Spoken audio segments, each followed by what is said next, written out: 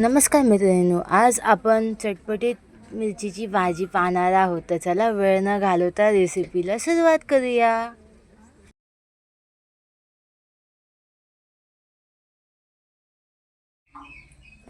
अशा मिरच्या आपण मस्त धुवून घ्यायच्या. ह्या मिरच्या अजिबात तिखट नसतात. आता ही मिरची कापायची कशी?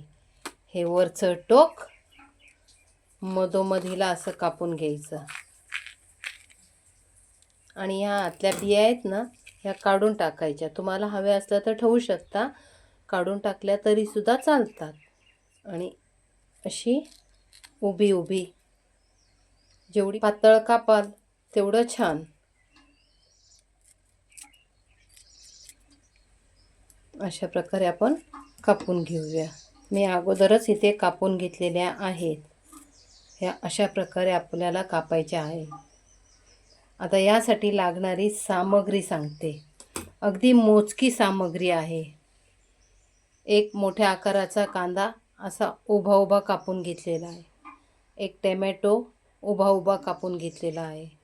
2 हिरव्या मिरच्या, कढीपत्ता, कोथिंबीर आणि घरगुती लाल तिखट मसाला, हळद, आमचूर पावडर, चवीनुसार मीठ, कोथिंबीर, शेंगदाण्याचा कूट.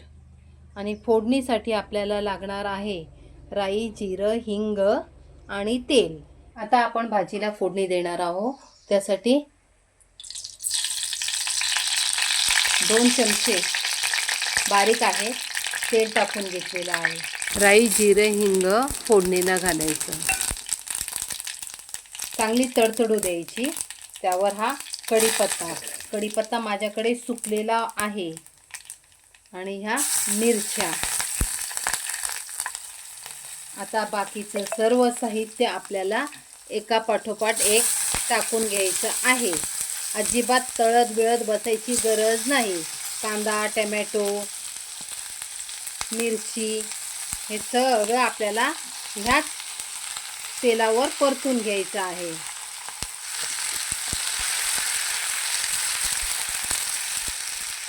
चवीनुसार मीठ आणि आपण घेतलेले पावडर मसाले, लाल तिखट, हळद आणि आमचूर.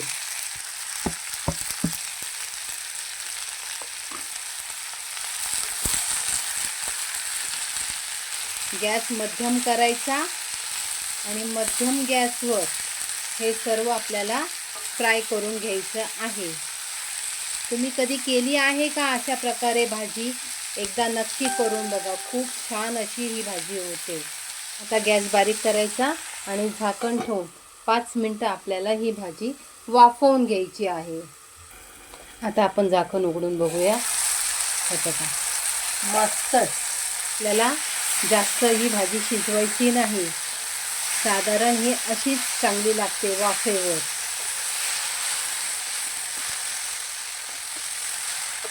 व्यवस्थित हलवून घ्यायची. वरून थोडीशी कोथिंबीर टाकायची आणि आपण घेतलेला शेंगदाण्याचा कूट टाकून घ्यायचा. जर तुमच्याजवळ ओलं खोबरं असलं तर ते टाकलं तरी सुद्धा चालू शकतं.